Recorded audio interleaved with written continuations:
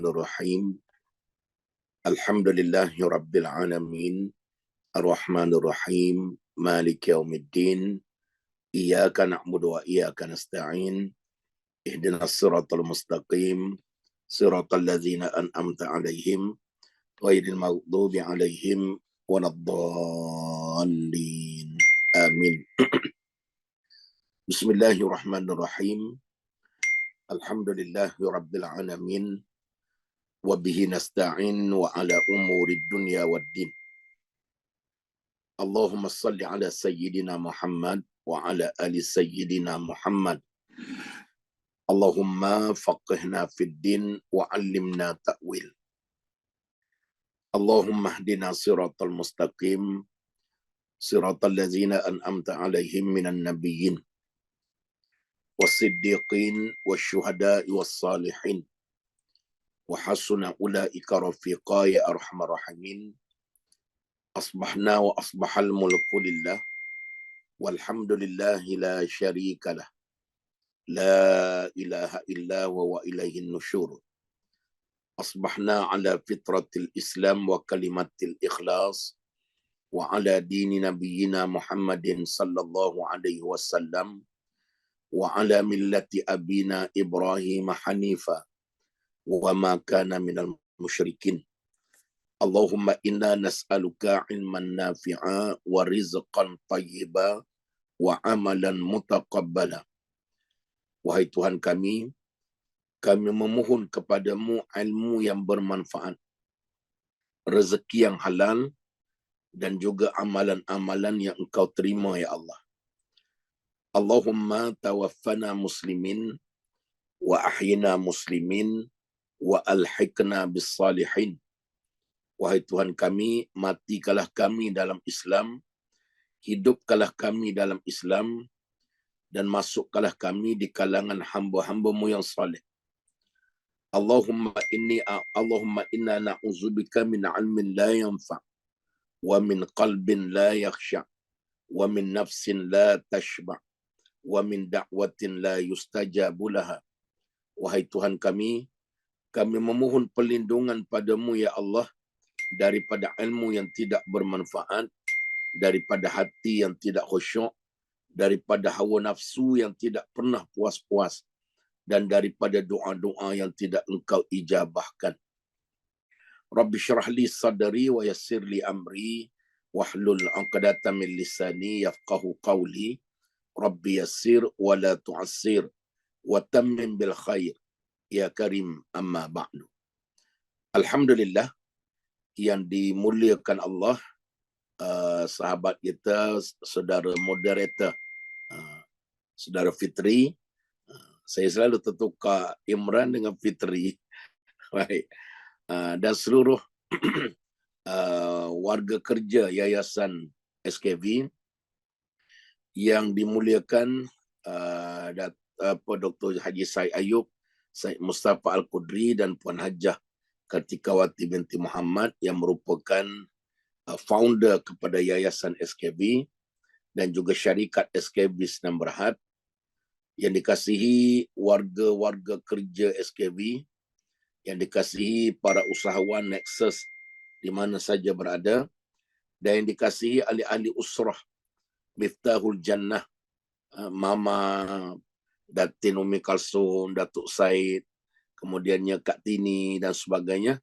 Mudah-mudahan diberkati oleh Allah. Seterusnya muslimin muslimat, hadirin hadirat di mana saja berada, mudah-mudahan dalam rahmat, dalam kasih sayang Allah, dan di dalam petunjuknya diperbanyakkan taubat kepada Allah, banyak ingat mati, dan juga banyak ubah diri semakin dekat dengan Allah. Kerana setiap saat jarum jam bergerak, dan setiap hari pertukaran malam dan siang, berarti kita semakin hampir ke garisan penamat kehidupan. Semakin bergerak, semakin dekat. Cuma syaitan dan hawa nafsu, dia akan selalu mengacau kita. Syaitan kata walaupun umur sudah banyak, 70 tahun, tapi dia datangkan rasa kita masih muda. Walaupun kita tak ada apa-apa sakit, Lalu kita kata rasa syaitan kata lambat lagi mati. Walaupun sudah sakit, tapi syaitan datang usik, dia kata biasa saja ni. Kalau macam ni lambat mati. Bila kita mula nak buat amal, syaitan akan kata tak payahlah, besoklah mula. Lama kelamaan terpedaya dengan hasutan syaitan yang dipanggil talbis iblis. Talbis iblis. Sebab itu saya nak cadang pada kita semua agar mulai hari ini ada suatu zikir. Saya tak sempat hantar ke Fitri, tapi semua orang dah tahu zikir. Semua lepas sembahyang semua baca. Semua dah tahu. Cuma kata Nabi SAW, zikir yang paling ditakuti oleh syaitan, yang paling ditakuti, iaitu La ilaha illallah wahdahu la syarikalah, lahul mulku wa lahul hamdu wa huwa ala kulli syai'in qadir. Yuhyi wa yumit, tak payah sebut pun tak apa. Kerana dalam hadis yang sahih daripada Nabi SAW, kata Nabi SAW, barang siapa yang membaca 100 kali, membaca 100 kali sehari, dalam 24 jam, bukan sekaligus, 24 jam, membaca La ilaha illallah wahdahu la syarikalah, lahul mulku wa lahul hamdu wa huwa ala kulli syai'in qadir. 100 kali ni dalam paling lama 8 minit. Kalau baca terus. Tapi nak bagi dapat 100 mudah aja. Lepas subuh nak sampai zuhur 20 kali. Lepas zuhur nak sampai asar punya panjang masa 20 kali. Lepas maghrib, lepas asar nak tunggu maghrib 20 kali. Maghrib nak tunggu isyak 20 kali. Isyak nak tunggu tidur 20 kali. 20 kali ni dalam 1 minit, 2 minit saja habis. Dalam 1 minit setengah dah habis dah 20 kali. Jadi dia nampak ringan sikit. Tapi kalau nak baca berterusan 100, 8 ke 9 minit. 8 minit lah selalunya. Baik, apa fadilat sahih daripada Nabi? Kalau baca 100 kali, La ilaha illallah wahdahu la syarikalah, lahul mulku wa lahul hamdu wa huwa ala kulli syai'in qadir. Yang pertama sekali dicatatkan pahala dalam buku catatan pada hari tersebut seolah-olah memerdekakan 10 orang hamba abdi. Kita pun katalah sikit sangat 10. Ingatkan 1000. Baik. Saya bagi berapa nilai lebih kurang 10 hamba abdi. Kalau ada manusia jual manusia, contohnya orang nak jual Fitri. Berapa Fitri nak jual tubuh Fitri? Dengan mata, dengan telinga, dengan hidung, dengan jantung, buah pinggang sebiji beratus ribu orang jual. Sekarang berlaku pemerdagangan manusia. Colik budak-budak, kemudian bawa ke Thailand, dia bunuh, korek buah pinggang, korek jantung, apa organ boleh pakai, dapat kat situ berjuta dapat. Buah pinggang beratus ribu, jantung, apa yang boleh pakai. Agak berapa harga kita? Kita nak letak berapa harga kita? Jadi, harga tak ternilai. Letaklah punya paling lekeh lah 300,000. Jangan ikut yang Piramli duk jual kenting itu, murah kat pasar tu. Cerita 3 Abdul tu murah. Kalau 300,000 lah, satu hamba abdi nak tebus dia daripada tuan dia, kalau 10 artinya 3 juta. 3 juta, baca 100 kali 8 minit, dituliskan 3 juta dalam akaun kebaikan kita. Itu yang pertama. Yang keduanya, Allah ekstrakan lagi, ditulis lagi pahala melakukan kebajikan 100. Dipadamkan 100 dosa. Dan juga Allah SWT menjauhkan syaitan daripada orang yang membacanya 100 kali. Apa kelebihan jauh syaitan ni? Untuk makluman semua, Semua masalah dalam dunia ini kebanyakan datang daripada iblis. Pergaduhan rumah tangga, iblis. Hati dengki, iblis. Permusuhan adik-beradik, iblis. Tak bercakap suami isteri, iblis. Perceraian laki bini, iblis. Kerana marah, anak lari daripada rumah, iblis. Kemudian masuk ajaran sesat, iblis. Apa yang tak iblis? Majoritinya iblis. Yang menjadi punca menghasut hati manusia. Jadi, iblis ni dia bijak. Yang kita dah mengaji Tibul Qulub ini, nak jernihkan hati. Hati ni kalau tidak ada zikrullah, lalu iblis akan duduk di hati, menjadi remote control untuk kontrol kita nak buat apa. Sebab tu tengok orang senang, hati jadi dengki. Tengok orang susah, tersungkur, kita rasa seronok. Kemudiannya bergaduh adik-beradik kerana tak puas hati pembahagian harta. Kemudian anak lari daripada rumah bila ayah tegur, tak pakai tudung. Ayah tegur, tak sembahyang. Maka lari daripada rumah anak-anak zaman milenium. Lari. Saya hampir setiap bulan ada orang telefon. Ustaz, apa nak buat anak lari daripada rumah? Sekejap telefon, Ustaz, suami lari daripada rumah. Ustaz, anak nombor 2 lari daripada rumah. Akhir dia tanya, apa patut saya buat? Saya cadang, kakak pun lari sama. Bila semua pakat lari, tak ada orang kat rumah, senang hati kan. Jadi, dah semua lari, tak ada lagi kat rumah. Baik. Maka kenapa semua ini punca hati. Sembahyang tak diterima, syaitan. Dia kacau, nampak sembahyang tapi lengah-lengah. Nampak sembahyang tapi tak khusyuk. Siapa punya kerja? Syaitan yang bertakhta ke hati, rosakkan sembahyang. Kemudiannya, sedekah banyak tapi tidak ikhlas. Tidak ikhlas. Buat amal, tak ikhlas. Zaman sekarang, semua benda orang masuk Facebook. Semalam saya tegur. Saya tegur grup-grup mengaji, hati-hati. Kadang-kadang kita bangun yang mulai pukul 4:30 pagi. Kita pun buat masuk dalam Facebook. Pukul 4:30 pagi kita buat masuk, konong-konong sedang bermunajat dengan Allah. Kita pun typelah dalam Facebook kita untuk tatapan semua orang dengan niat macam baiklah. Kita pun bercakap seorang, Ya Allah, Ya Tuhanku, syukurnya aku di keheningan pagi ini dapat bermunajat kepadamu, Ya Allah. Betapa tenang, indah dan damainya. Di saat manusia lain sedang tidur, aku bangun bermunajat kepadamu, Ya Rabbi. Tengok-tengok hantar, send. Bila send, pukul 4:30 pagi. Niat dia, niat baik tapi takut rosak. Syaitan ni datang agar 4:30 pagi tu nak bagi tahu pada orang bahawa aku dah bangun weh semayang. Kalau itu niatnya, dia mulai tu kosong markah. Kosong markah. Kadang-kadang tak sebut pasal doa. Kita hantar apa-apa WhatsApp pukul 5 pagi. 5 pagi. Sahabat-sahabat sekalian, tazkirah pagi ini.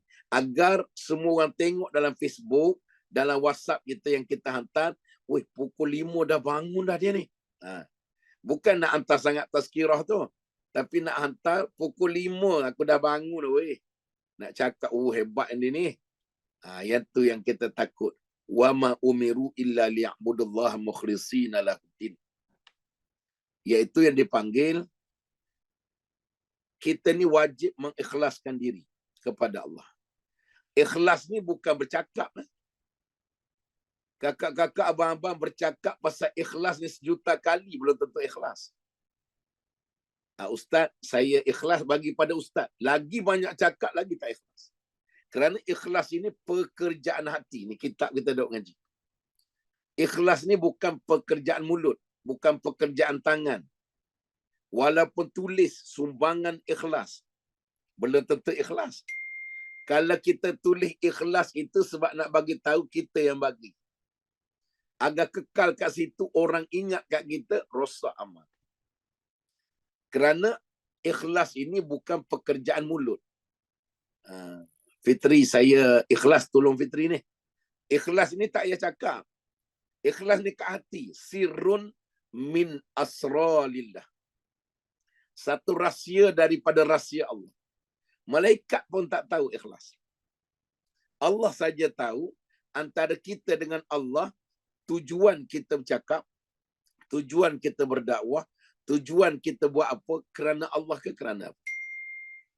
Kadang-kadang saya ni orang paling jarang dalam dunia lah buka WhatsApp status. Saya tak suka, kenapa tahu? Ada orang setengah suka. Jadi saya tak tahu. Saya rasa dalam setahun boleh bilang dengan jari tengok WhatsApp status ni. Kalau bergaduh laki bini, apa status WhatsApp kita boleh tahu orang tu ada masalah apa. Betul tak? Dia bergaduh dengan anak, masuk status WhatsApp. Wahai Tuhan, kenapalah hari ini diuji dengan anak-anak. Mudah-mudahan gini. Oh, gaduh dengan anak kat lemah ni kan. Bergaduh dengan laki, masuk status WhatsApp. Bergaduh dengan jiran. Sakitnya jiwa bila mendapat jiran-jiran yang tidak mengenali. Kan? Yang tak kenal kebaikan kita. Masalah dengan jiran. Berdoalah kepada Allah, bukan berdoa pada status WhatsApp. Semua orang duk berdoa dalam status WhatsApp nak bagi tahu pada orang masalah kita. Berdoa pada Allah. Doa itu lagi sorok, lagi baik. Amal itu lagi sorok, lagi baik. Sama dengan kadang-kadang kita up dalam status dalam Facebook kita. Kalau niat kerana Allah, silakan. Tapi takut rosak amal. Ada masanya kita sekarang, tabiat kita zaman milenium ini, semua benda up dalam status. Hari ini alhamdulillah dapat makan biryani bambu lamb shank. Satu pinggan RM60. Bagus sebab nak iklan orang lain kalau dapat makan. Tapi kadang-kadang yang baca tadi kalangan fakir miskin, beliau dia jadi berdosa juga pada kita. Walaupun niat itu baik, tapi niat ni kerana Allah, kita masukkan gambar itu tujuan agar orang pakat datang sokong kedai itu. Itu bagus. Agar tengoklah ahli keluarga kita hari ni dapat makan bersama. Nak bagi tahu semua orang jadi role model, contoh rumah tangga yang baik agar makan sama-sama. Itu okey. Tapi syaitan ni dia datang, dia nak bagi tahu bahawa banyaknya duit kita. Hari ni lamb shank, esok kepala kambing, lusa kepala lori, kan? Kemudian tulat kepala, main makan kepala saja, kan? Jadi saya tak kata salah masuk dalam Facebook, tetapi hati-hati kerana syaitan ni sangat licik. Di dalam Minhajul Abidin, Al-Imam Al-Ghazali rahimallahu ta'ala sebut, kita bergaduh dengan syaitan ni paling rumit. Kerana macam kita bertinju, masuk dalam gelanggang tinju, bergaduh dengan syaitan, bila loceng berbunyi, dia nampak kita, kita tak nampak dia. Kata Imam Ghazali.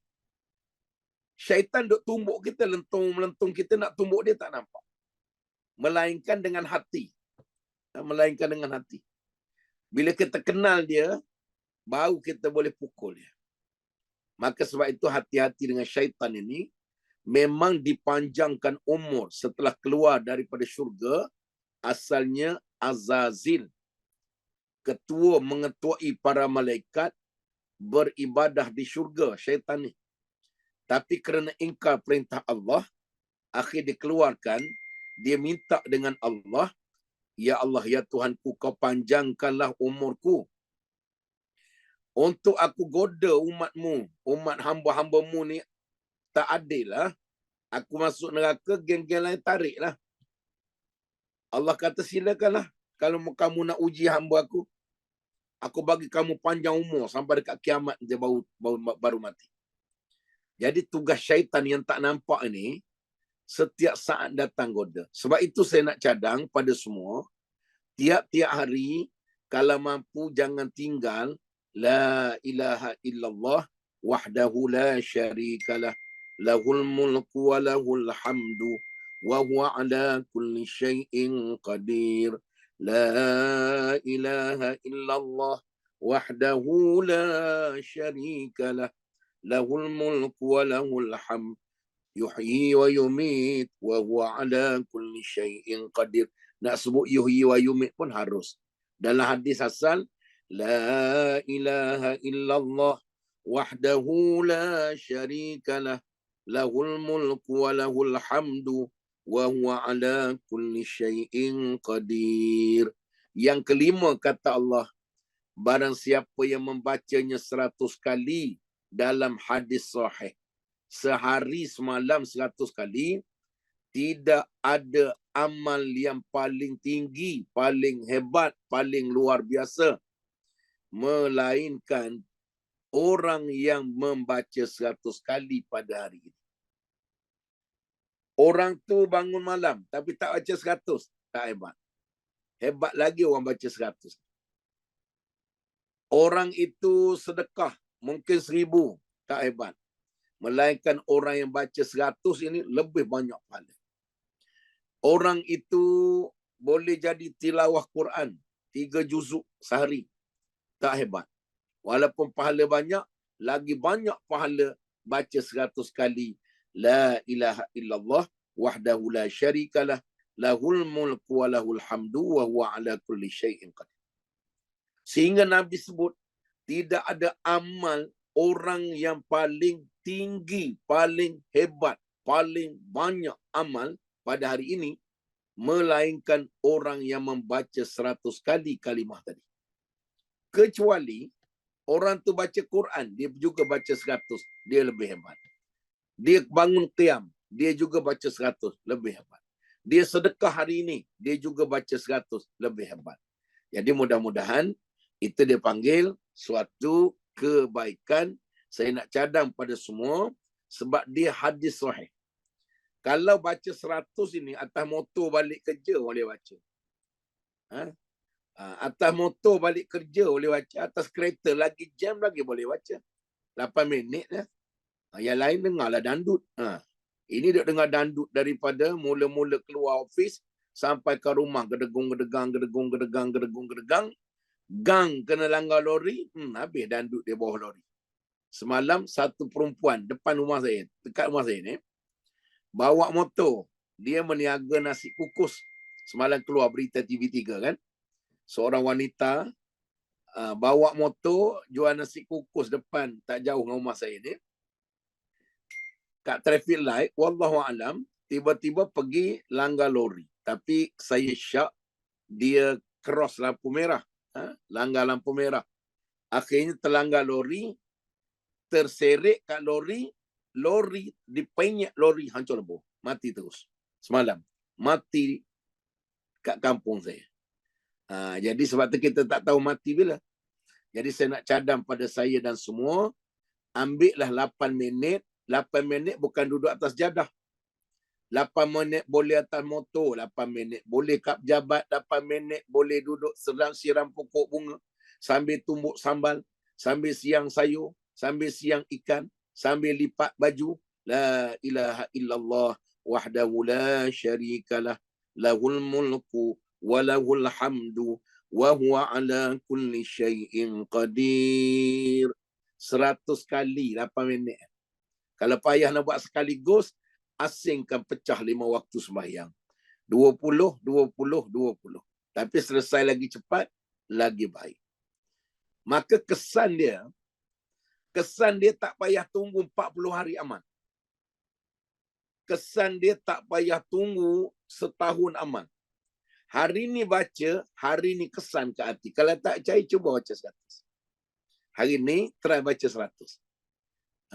La ilaha illallah wahdahu la syarikalah lahul mulku wa lahul hamdu wa huwa ala kulli syai'in qadir.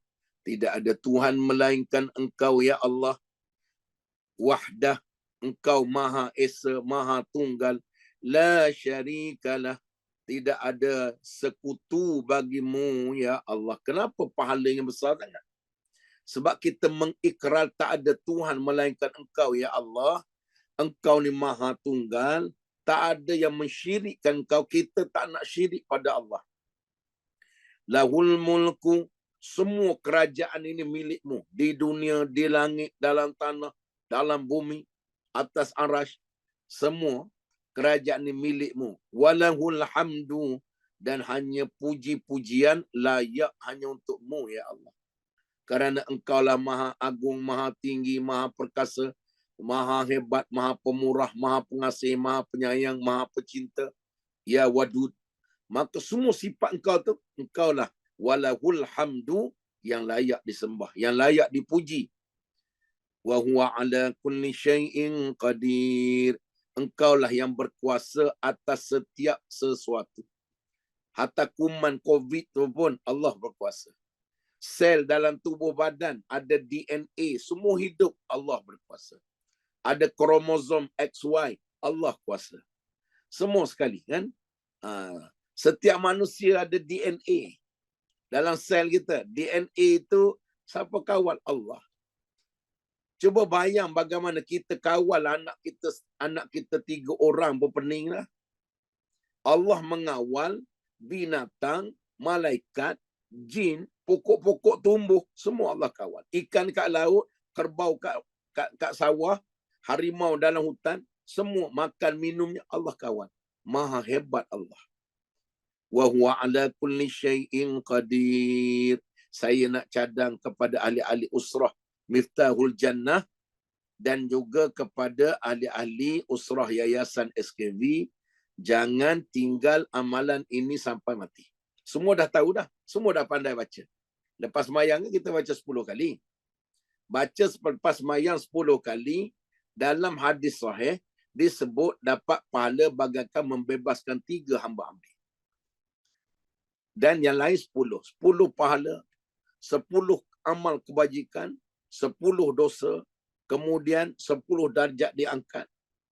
Tetapi kalau baca 100, tidak ada orang yang buat amal yang paling hebat melainkan amal ini.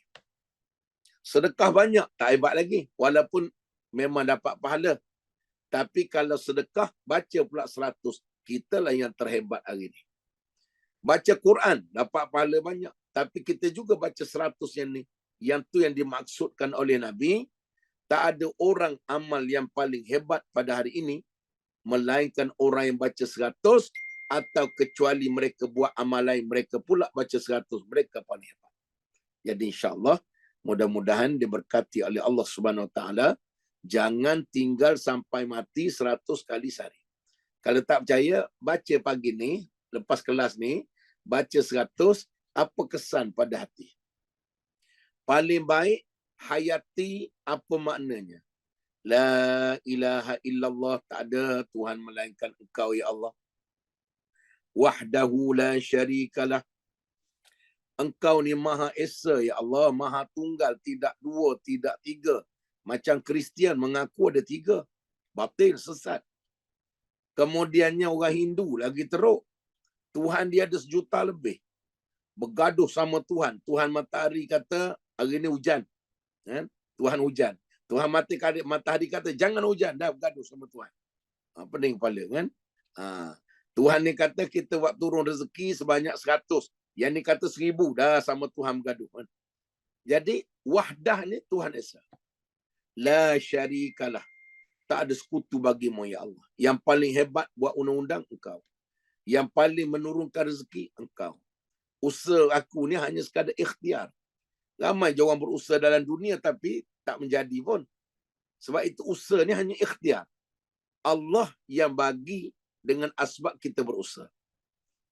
Lahul mulku wa lahul hamdu, pada semua kerajaan dunia, langit, asas semua milikmu. Walahul hamdu, segala puji-pujian yang paling tinggi hanya layak untukmu. Wa huwa ala kulli syai'in qadir, dan Engkaulah yang berkuasa atas semua sesuatu. Sel yang kecil, cuba bayang, dalam satu tubuh manusia ada trilion-trilion sel. Manusia yang hidup atas dunia ni 1.8 bilion. Kali dengan 3 kali dengan trilion-trilion. Oh, sel tu semua hidup. Kita tak campur lagi sel dalam kambing, dalam lembu, dalam ikan, dalam apa. Ikan tu sendiri objek yang hidup. Macam mana? Siapa kawan? Allah. Oh, Masya Allah. Itulah maha agungnya Allah. Jadi, mudah-mudahan jangan tinggal amal itu. Baik. Kita pergi ke muka surat 22. Tak apalah, sikit-sikit. Yang belum ada kitab ni, kita baru duduk muka surat 22. Kitab ini dikarang oleh seorang alim ulama yang sangat hebat. Namanya Syekh Imam Ibn Qayyim Al-Jauzi rahimallahu ta'ala. Salah satu kitab masyhurnya Tibbul Qulub. Rawatan ataupun klinik hati diterjemahkan. Tibbul Qulub ni ubat hati. Kenapa hati? Kerana hati ini adalah raja. Kalau hati kita baik, semua baik. Sebab tu saya selalu sebut, ramai orang tak pakai tudung. Minta maaf. Lalu dia sebut, Ustaz jangan hina saya. Walaupun saya tak pakai tudung, pakai seluar spender saja, tapi hati saya baik. Saya pernah beberapa kali dijemput ceramah lah untuk geng selebriti ni. Kita tak pandai sangat. Bila kita touching benda-benda macam ni, pasal aurat, pasal apa, mengamuk seorang tu bangun. Dia kata, Ustaz, selalu golongan agamawan ini salah anggap pada kami. Walaupun kami berpakaian ketat, tertonjol dada, kemudian nampak leher, rambut menggerbang macam tu Kak Limah. Kemudian pakai ketat, nampak punggung, nampak petih, nampak paha. Tergedik-gedik. Tapi Ustaz, para agamawan selalu salah. Kerana hati kami baik. Hati kami baik. Baik, saya pun jawab. Barang yang kat luar yang terjadi pada zahir, lambang hati kat dalam. Kakak-kakak abang-abang beli buah durian. Kena berlubang 18 lubang kat luar tu. Belah sini makan tupai, belah sini babi makan, belah ni harimau makan. Saya kecil-kecil dulu, duduk kat kampung. Duduk kat kampung. Umur saya 24 tahun. Belum kenal lampu elektrik. Saya ke universiti baru kenal jumpa elektrik. Ke universiti. Duduk kat kampung dulu tak ada elektrik. Duduk dengan pelita ayam. Tak pernah kenal paip berpulas, paip air tak pernah ada. Mandi air telaga, mandi air sungai. Baik.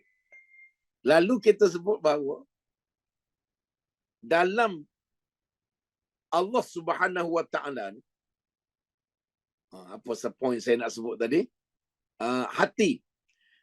Ayah saya mengajar masa kat kampung tu. Kalau sekiranya buah durian, belakang rumah saya tu, ayah saya tanam pokok durian banyak. Kalau pergi kebun durian, elok buka macam orang buka. Durian tu, macam orang buka satu pangsa. Ayah kata, oh ni harimau datang malam ni. Harimau datang. Kalau yang jenis terkopik sana, terkopik sini, ini babi. Babi ni memang bodoh daripada dulu. Kan? Sebab tu kalau kita nak marah orang, binatang paling sedap babi lah. Cuba marah orang panggil cacing, tak sedap. Macam tak berapa feel. Oi cacing. Cacing tak sedap. Tapi kalau boleh panggil babi tu rasa 4 hari tak makan pun tak apa. Kan? Jadi binatang. Tu dia panggil. Saya nak sebut, kalau kulit kat luar itu, berlubang sana, berlubang sini, nampak isi sampai robek di dalam, kita kata tak apa kak. Kakak nampak saja kulit kat luar hodoh, isi dalam cantik, first class. Baik. Kalau dah kulit kat luar kotor, yang kat dalam lagi kotor. Lagi berulat.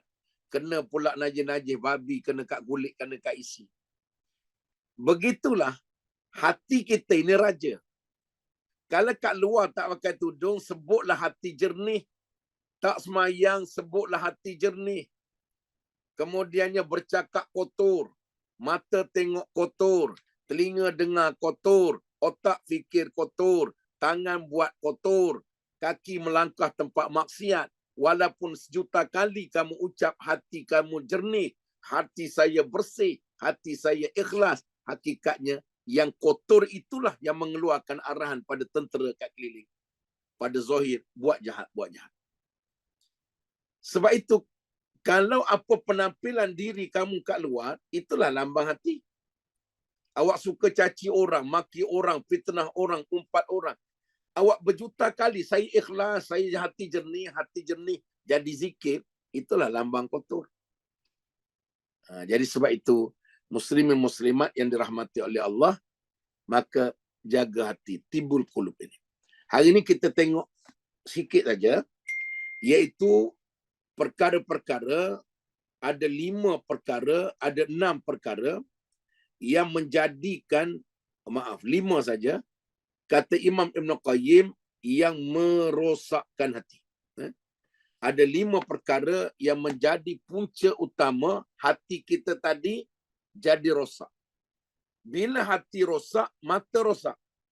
Kalau mata suka tengok benda lucah, mata suka tengok benda haram, tengok isteri dia tak cantik, tapi tengok isteri orang cantik. Ini dipanggil hati kotor.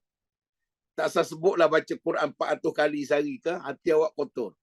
Bila awak tak merasa isteri awak itulah yang terbaik. Tengok isteri sendiri, tak cantik. Tengok isteri orang, nampak cantik, berkenan pada isteri orang. Itu tanda hati kotor. Mata diarahkan tengok benda kotor.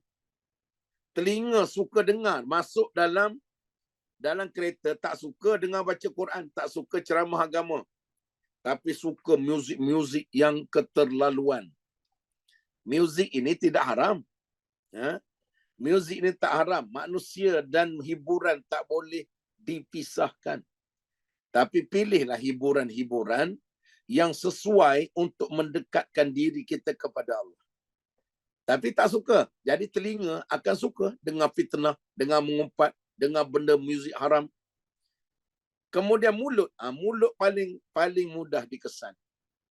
Kalau mulut maki orang, kalau mulut caci orang, kalau mulut suka mengumpat, kalau mulut suka fitnah, pantang tengok orang baik, kita pergi pecahkan, mengadu domba. A dengan B baik, kita pergi pecahkan, ni manusia yang tak masuk syurga. Tengok Kak Long dengan Kak Ngah baik, kita adik bongsu, kita pergi hasut Kak Long, bahawa Kak Ngah ni ada fitnah Kak Long. Jangan baik dengan dia. Akhir bergaduh Kak Long, Kak Ngah.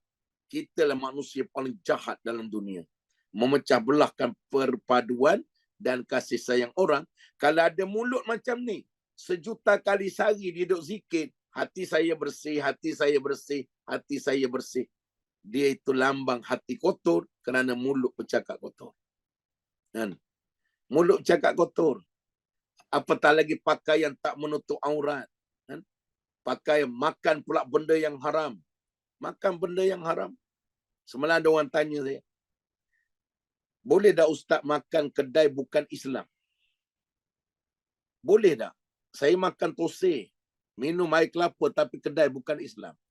Jawapannya harus.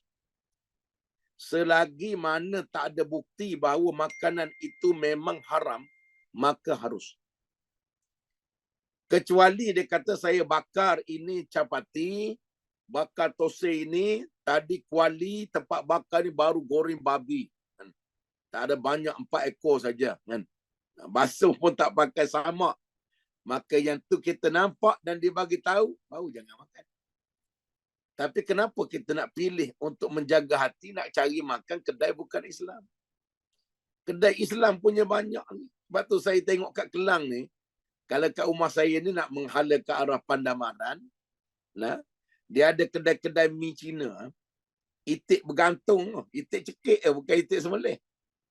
Budak-budak Melayu boleh makan mi kat situ. La ilaha illallah. Budak-budak Melayu boleh makan mi kat situ. Bila kita tanya kenapa adik makan sini? Dia kata kita bukan makan itiknya Ustaz. Kita tak makan babinya. Kita makan mi dia. Habis tu kualinya. Bukan tadi rebus babi. Bukan tadi rebus itik. Yang bangkai. Tak apa kita makan mi-nya. Ni. Makananlah paling pantas menjadi hati kotor. Maka sebab itu bila hati kotor, semua benda, kaki, tangan, perut, makan benda haram sudah biasa. Makan rasuah. Makan rasuah. Ini kalau kat pejabat, antara benda haram adalah ponting kerja. Ponting kerja.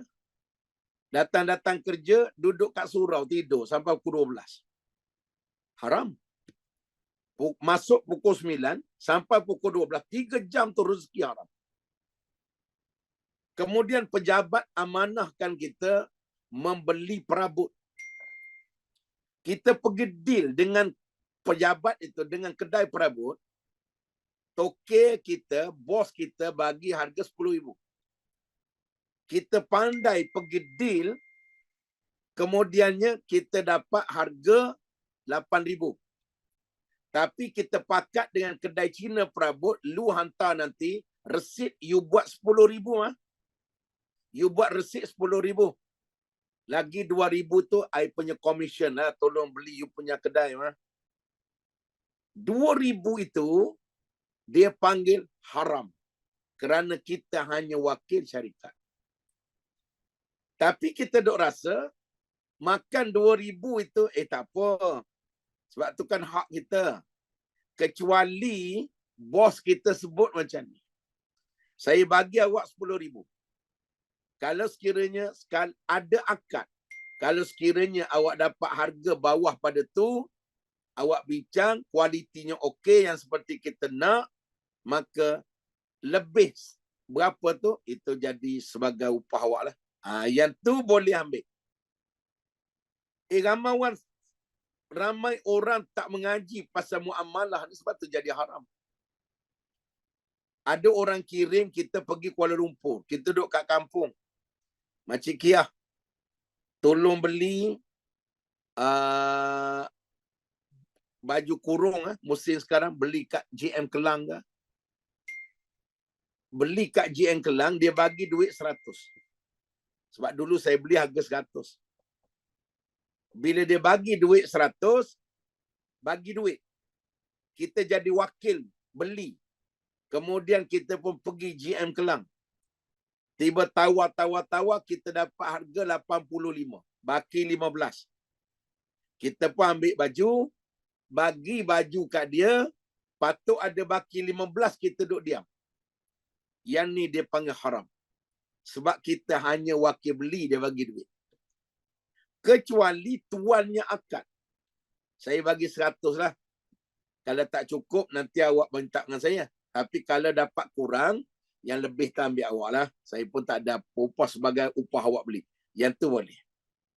Kalau dia tak sebut apa, kirim baju 100, kalau kita dapat 85, kita kena bagi kat dia baju, bagi baki 15.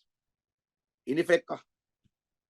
Jadi sebab tu kalau nak buat apa-apa, kena akad dulu. Jual kereta. Dia bagi harga kereta 2,000. 2,000 tanpa akad. Kita kena jual dulu. Tiba-tiba kita pandai, kita jual 5,000. 3,000 makan kat kita. Tanpa ada akad dengan tuan, itu juga haram.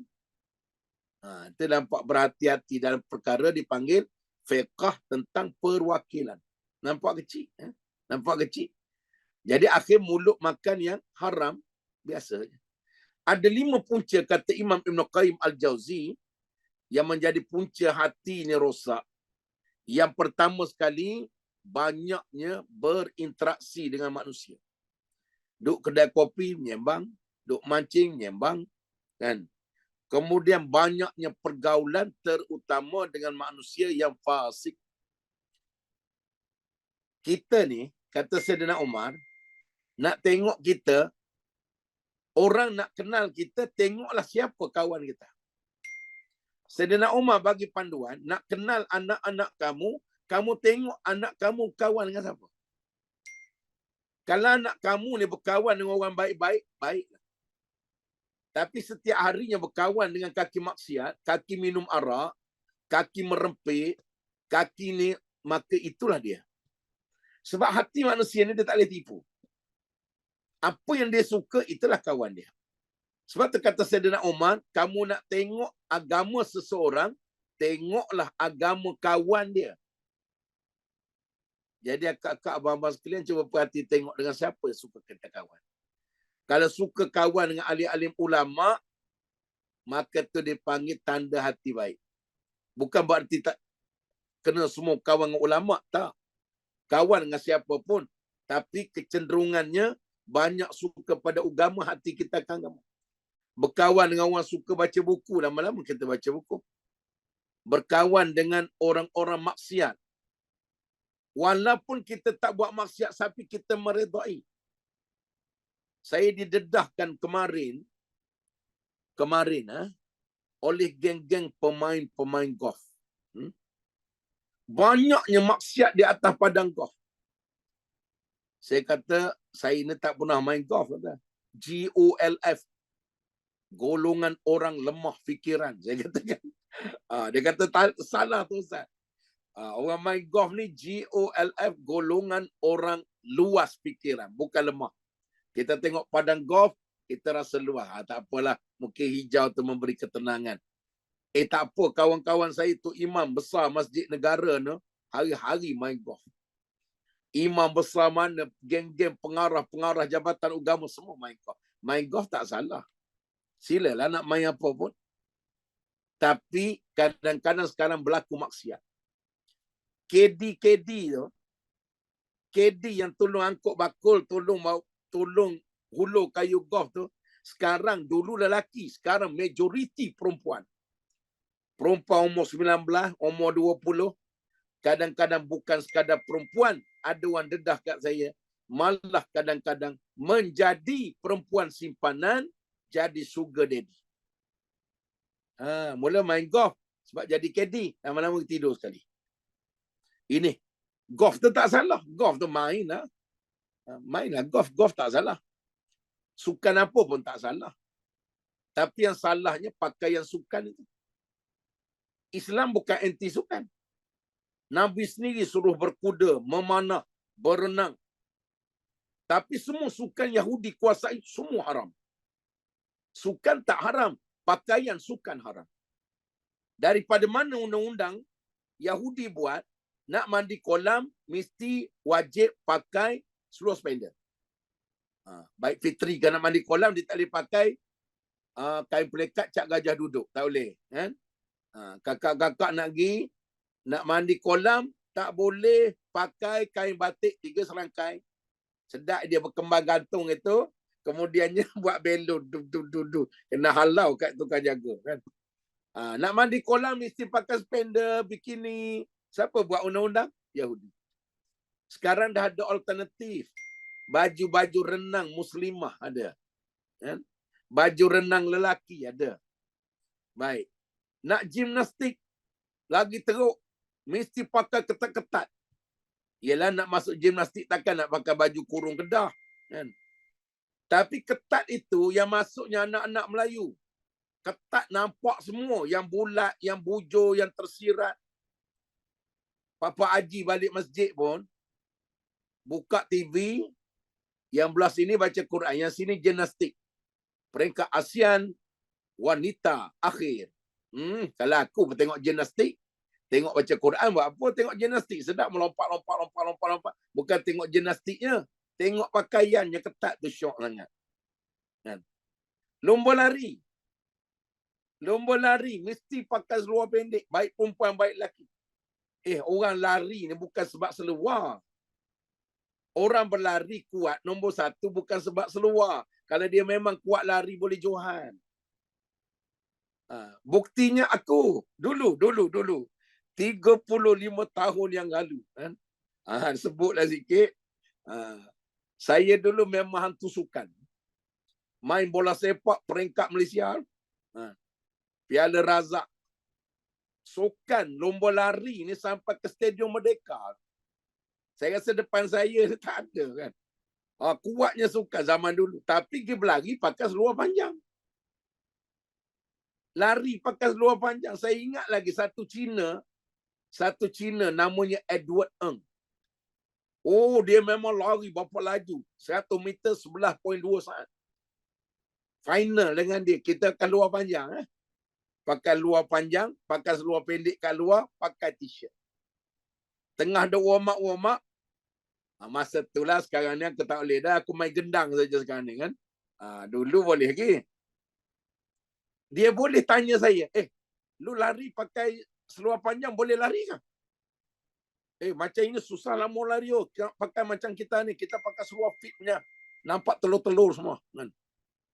Saya kata kat dia, orang berlari ni, kalau awak telanjang pun tak kuat lari, tak menang. Awak lari telanjang, tak pakai spender pun awak tak kuat lari, tak ada menang lah.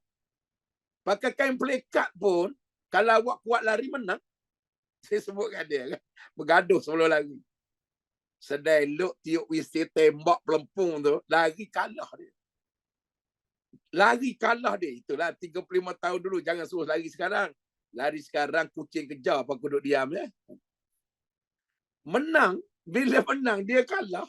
Dia datang jumpa saya. Dia kata lu punya lari laju. Yalah betul kalau lu telanjang pun belum tentu kuat. Lari bukan kira dengan seluar. Lari ni kira kuat. Dia tak tahu kita duk berlatih dengan Sungai Pahang tu. Lari melawan air yang deras tu. Lama-lama masa tu lah kan. Jurulatih kita buat macam tu. Jadi tu nak sebut sukan hari ni semua maksiat. Jadi kalau kita bergaul dengan orang-orang yang macam tu, akan hancur lebur. Kita akan tengok pada minggu-minggu akan datang. Jadi yang tak ada kitab lagi, boleh order kitabnya. RM55. Nanti tanya Fitri kat mana nak beli kitab ni. Saya dah order. Ada kat kedai tu lagi 300. Jadi insyaAllah minggu-minggu akan datang, kita akan tarik lebih ramai kuliah kita ini. Dalam grup seminggu sekali ini, mudah-mudahan sampai pada 1,000 orang. Mulai minggu depan atau minggu satu lagi. Mudah-mudahan. Baik, jadi ada 300 lagi kitab. Pakat beli RM55. Kadang-kadang beli kasut tumit tinggi. 400 lebih. Rupanya buat pijak tahi je. Lepas tahun, tumit patah, lempar dalam tong sampah. Beli beg tangan mahal. Beg tangan mahal lama-lama tercabut. Beli apa benda mahal. Tapi beli kitab, ilmu terkekal, simpan, kulit dia keras, 100 tahun pun boleh tahan kat rumah. Kita beli RM55, anak baca, cucu baca, cicit baca, selama mana ada dalam rumah, selama tu dapat pahala. Apatah lagi pengarangnya manusia alim. Maka sebab tu salah satu punca hati jadi rosak adalah kerana tabiat berkawan. Nanti detailnya muka surat 23 ke atas. Yang keduanya, tenggelam dalam angan-angan. Tenggelam dalam angan-angan. Kita ni umur makin hari makin nak mati, tapi angan-angan panjang. Angan-angan tu tak salah, tapi kalau angan-angan tak ada tindakan, itu yang salah. Banyaknya benda dunia yang kita nak capai lagi, tak salah. Helikopter belum beli ya. Kemudiannya menara belum beli. Salah tak? Tak salah. Tapi angan-angan ini membantutkan pemikiran untuk ingat akhirat. Tak salah. Silakan wabtaghi fima atakallahu daral akhirah wala tansa nasibaka minad dunya. Kamu ambillah bahagian kamu di akhirat, jangan lupa bahagian kamu di dunia. Sebab tu saya satu ustaz yang sangat anti orang yang kata kita jangan kaya. Tak boleh pakai kereta mewah. Jangan beli rumah banglo. Jangan pergi melancong-melancong. Jangan hidup. Islam tak ada hadis pun larang. Islam juga nak nampakkan kehebatan ummah. Namun, dunia yang kita miliki, bagaimana nak jadi ladang akhirat. Beli rumah besar, tapi tak pernah fakir miskin masuk. Beli rumah besar, alim-alim ulama tak pernah sampai. Beli rumah besar, banglo 7-8 tingkat, tapi jadi pesta maksiat. Malam-malam minggu berkaraoke, berdanduk, berjoget, abang ipar, adik ipar. Sampai pukul 3-4 pagi. berpesta-pesta, tak berlaku ngaji Quran. Tak berlaku. Bila kita mulakan budaya itu lepas kita mati, menangislah ahli kubur. Kerana anak-anak telah dibudayakan. Masa hidup dulu, mak ayah suka berjoget sampai 3-4 pagi, buat sambut hari jadi, minum arak, mabuk macam dalam filem tu berlaku. Sebab ada yang telefon saya. Jadi ustaz ni semua orang telefon. Apa pandangan ustaz? Apa pandangan ni? Kemarin orang telefon, ada satu ustaz buat keluar TikTok. Basuh muka masa ambil wuduk. Mesti niatnya ketika basuh muka. Bukan niat masa basuh tangan. Betul dah ustaz ni, saya dah buat basuh tangan. Jawapannya air semayang kakak memang tak sah 100%. Tidak sah 100%. Semua kitab fiqh sebut itu. Habis tu nak niat kat mana? Saya niat masa mula basuh tangan. Tidak sah wuduk. Niat ketika mula air kena kat muka kali tamat, baru turun niat. Cuma sunat basuh tangan sebelum basuh muka. Sunat saja, tapi tak ada niat kat situ. Saja aku ambil wuduk, saja aku mengangkat hadas yang kecil. Kerana masa basuh tangan, masa basuh muka tak ada, sebab tadi dah niat. Tidak sah. Tidak sah. Nah, pening kepala. Ramai orang yang nak memperbaharui wuduk. Bagus. Bagus. Kita dah ada wuduk. Belum batal. Kita nak baharui wuduk. Boleh. Lagi baik dipanggil nurun ala nurun. Melahirkan cahaya di atas cahaya. Tetapi banyak orang buat silap. Banyak orang buat silap. Air wuduk ada lagi. Konon-konon nak ambil sunnahnya perbaharui wuduk. Dia tak kentut, dia tak kencing, dia tak berak, dia tak tersentuh kemaluan, dia tak tidur, tak sentuh laki perempuan. 6 perkara yang membatalkan wuduk. Dia nak pergi ambil wuduk baru, tiba-tiba dia niat, dia ada wuduk lagi. Sebab ustaz-ustaz kata ambil wuduk atas wuduk itu bagus. Memang bagus. Dia pun niat. Dalam keadaan dia tak batal wuduk, dia niat. Nawaitu raf'al hadasi. Saja aku mengangkat hadas kecil kerana Allah Ta'ala ini salah 100%.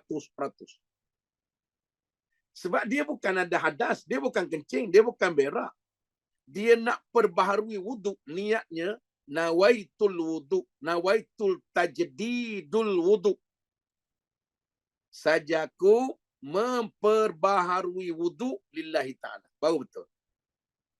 Kalau nak ambil wuduk, sudah kencing, sudah berak, sudah sentuh laki perempuan, sudah terpegang kemaluan, sudah tertidur yang punggung tak tetap, barulah saja aku mengangkat hadas. Baru dia panggil kita sudah berhadas.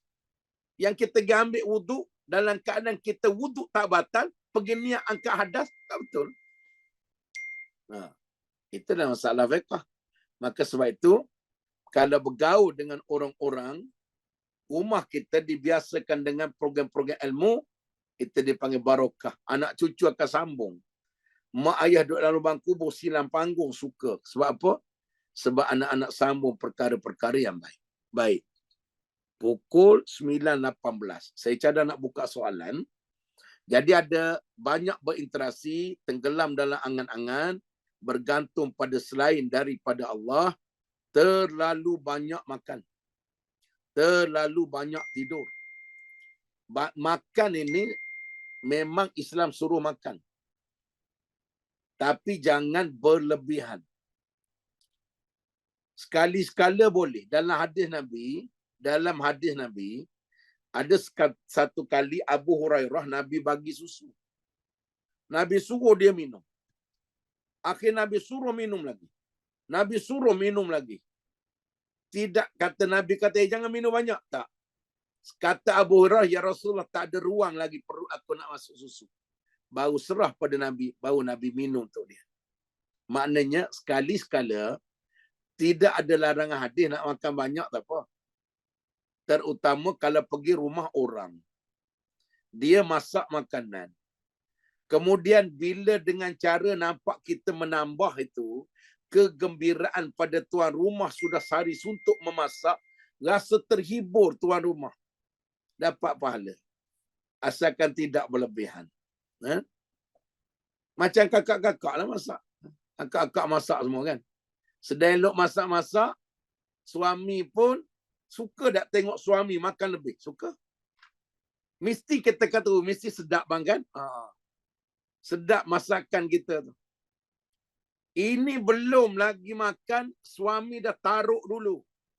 Oi, awak masak apa ni? Nak bunuh aku apa? Suami dia jebon. Laki ni kena, isteri kena minyak panas kat muka lah. Terbakar baju-baju, buat asam pedas. Terbakar baju. Sedelok suami dia makan, tolak pinggan. Nasi tadi letak penuh, tolak ke tepi. Kenapa bang? Awak masak ni macam nak mati. Rasa buh racun Roundup apa? Tak payahlah. Tutup ni, aku makan kedai janda lagi baik. Kecil hati akak-akak kan. Masak punya penat bang. Patut abang cakap lah, elok-elok kalau tak sedap, saya perbaiki, saya repair. Tapi bila sedap itu, bila suami tambah makan, minta lagi, bukan sedap sangat pun. Tapi sebab nak menghargai isteri, dapat pahala tak? Dapat pahala. Jadi makan dalam keadaan tu ada syaraknya, ada fiqahnya. Jadi nanti kita akan mengajarkan datang apa impaknya pada hati. Baik, saya buka soalan, boleh ya Fitri, dalam 2-3 soalan. Kalau yang nak tanya, boleh buka mikrofon. Apa-apa saja yang mudah-mudahan yang boleh saya jawab. Yang tak boleh jawab, kita tanya alim-alim ulama yang jauh lebih alim. Silakan. Ada soalan?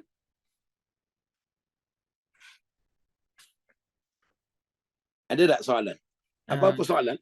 Kalau ada sesiapa yang ada soalan, boleh letak kat dalam chat. Ataupun kalau nak unmute, boleh unmute juga.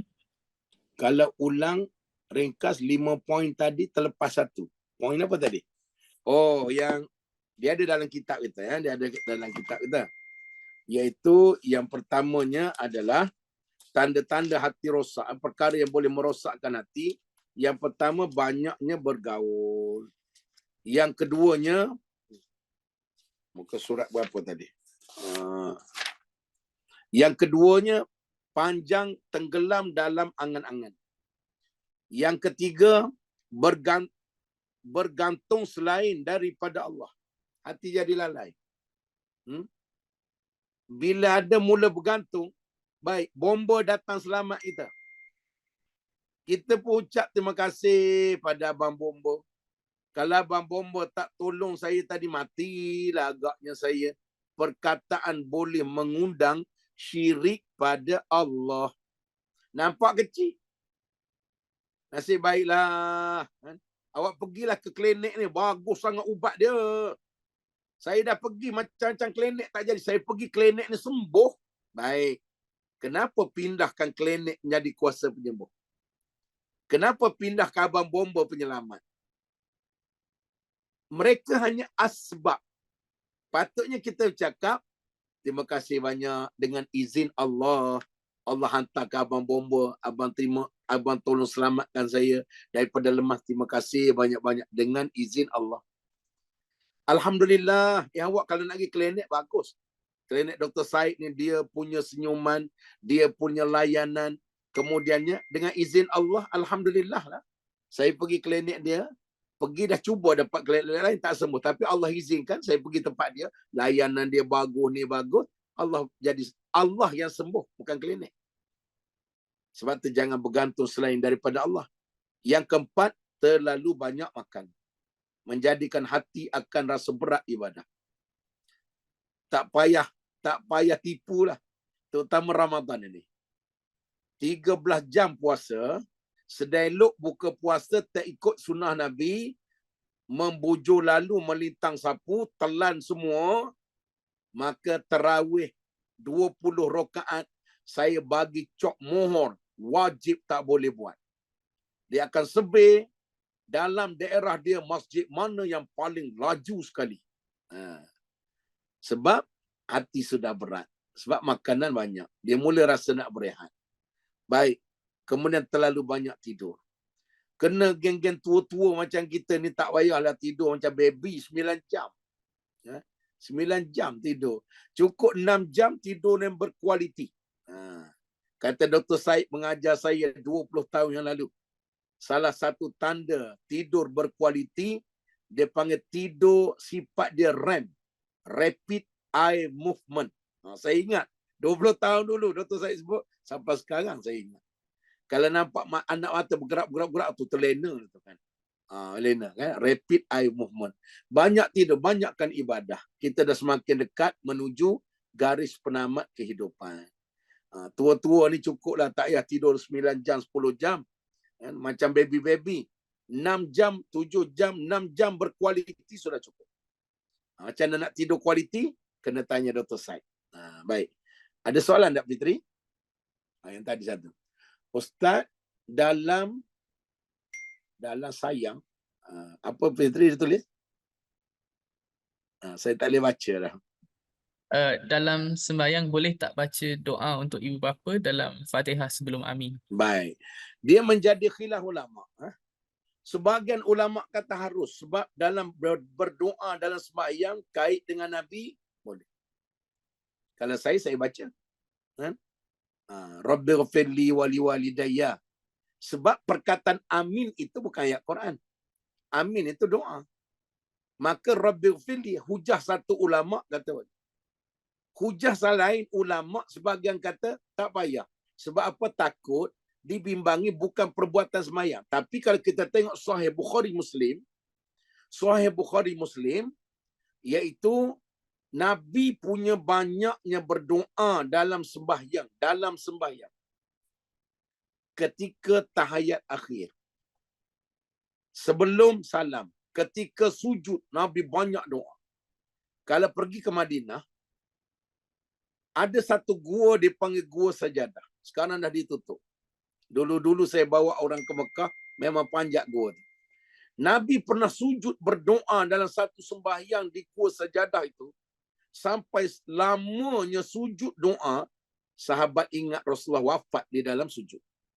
Daripada dalil ini, Rabbighfirli wa liwalidayya, boleh baca ketika tahiyat akhir, boleh juga diharus pada pandangan setengah ulama setelah Fatihah, agar aminnya diaminkan oleh para malaikat. Maka sebahagiannya kata, jadi kalau kita nak keluar khilaf, nak baca masa Fatihah ke, baca masa tahiyat akhir tak ada khilaf, confirm boleh. Jadi sebab tu sembahyang ni himpunan perbuatan, kemudian perkataan, doa dan zikir. Sebab tu Nabi, kalau sembahyang sendiri, Nabi akan baca doa.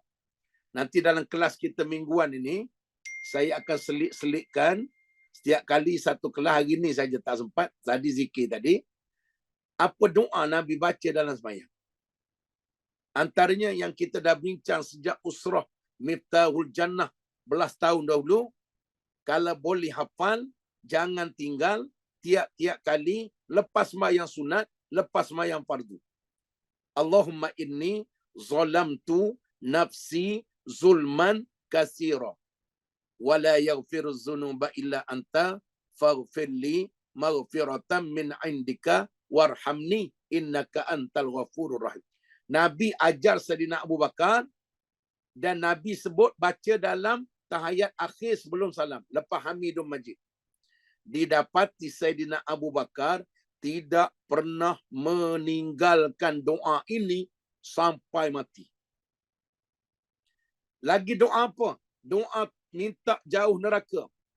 Allahumma inni a'udzubika min azabi jahannam wa min azabil qabri wa min fitnatil mahya wal mamat wa min fitnatil masihid dajjal. Itu doa. Rabbighfirli wa liwalidayya. Itu doa. Maka sebagian ulama mengatakan harus. Sebab lepas Fatihah ni sampai dhalin, ya, amin itu sunat. Tapi kalau kita dalam sembahyang, kita berdoa sebelum itu, kata sebagian ulama, sebab agar doa itu malaikat akan. Tapi tidak digalakkan panjang doa lain lepas Fatihah. Sebab sunnah sembahyang baca surah. Sebab tu semalam ada orang tanya, boleh tak Ustaz kita baca Allahumma anta rabbi sayyidul istighfar di dalam sembahyang? Jawapannya harus. Boleh baca, tetapi bukan sunnah Nabi. Nabi suruh baca Allahumma anta rabbi sayyidul istighfar lepas sembahyang. Ataupun bila-bila waktu lapang, bukan dalam sembahyang. Berdoa dalam sembahyang digalakkan. Berzikir dalam sembahyang tidak kurang digalakkan. Kat luar. Allahumma anta rabbi, kumpulan zikir. Nak baca juga, harus. Asalkan bahasa Arab. Asalkan bahasa Arab. Apa-apa bacaan doa, asalkan bahasa Arab, boleh. Sama ada daripada Nabi, ataupun bukan daripada Nabi, kita pandai Arab karang sendiri, sah mayang. Kalau nak baca yang Melayu, dalam sujud, dalam hati. Bukan kat lisan. Okey. Okey, Fitri. Ada lagi? Satu soalan lagi? Ada soalan terakhir, Ustaz. Soalan terakhir. Soalan daripada Emilia Syafina. Ustaz, macam mana nak hindar dari hati kotor? Panjang lagi ni. Yang terjawab pada ada kat kitab kita ni. Lagi berapa ratus muka surat ini. Baik antaranya, banyaklah ringkasan dia lebih kurang macam ni. Yang pertama, hindari syirik kepada Allah Subhanahu Wa Taala. Yang kedua, nak hilangkan hati kotor, zikrullah. Yang ketiga, Al-Quran. Banyak baca Quran. Yang keempat, jaga perkataan. Jaga anggota tubuh badan. Dalam kitab Qalbun Salim. Mata kita tengok jahat, kumpul ke hati. Mulut cakap jahat, kumpul ke hati. Telinga dengar jahat, kumpul ke hati. Tangan WhatsApp yang jahat-jahat, kumpul ke hati. Kaki melangkah tempat maksiat, kumpul ke hati. Maka hati akan lama makin kotor, makin kotor, makin kotor. Hati ni punca kotornya akidah batin. Punca kotor, nak bersih hati kena faham dulu kenapa hati kotor. Akidah batin. Yang keduanya, terlibat dengan pelbagai aneka ragam maksiat. Yang ketiga, hati kotor bila makan benda yang haram dan syubhat. Makan yang haram, hati akan kotor. Sebab tu strategi Yahudi Nasara, mereka sengaja bagi dalam pasaran banyak benda haram. Keluarkan makanan-makanan yang kotor. Semalam saya tengok satu kilang Cina produce meatball. Rasa macam geli dah nak makan meatball. Dia letak meatball itu dalam mesin, meatball keluar, masuk dalam air. Yang budak Cina ni duduk dalam air tu. Meatball keluar kat tepi kaki dia. Lepas tu ambil, letak dalam plastik. Dia panggil meatball kaki Cina. Memang sedap lah. Memang sedap. Saya pernah pergi kilang bihun. Lepas pada tu saya sangat kurang makan bihun. Kecuali bihun yang saya yakin ni. Kan? Sebab apa? Saya pergi kilang bihun. Kakak-kakak jangan tertipu. Abang-abang jangan tertipu. Kilang bihun cap masjid Cina punya. Dia sengaja buat cap masjid. Tapi kalau pergi tengok, bukan macam masjid. Tepung ni atas lantai, bapak kotornya. Dengan pakai seluar pendek, kasut boot keluar bihun.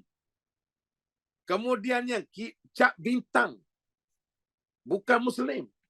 Kenapa kita tak pindah kepada bihun Faiza? Ni, sekarang ni. Dr. Syed, SKB dah keluarkan V-Noodle. Saya dah try kemarin rumah doktor.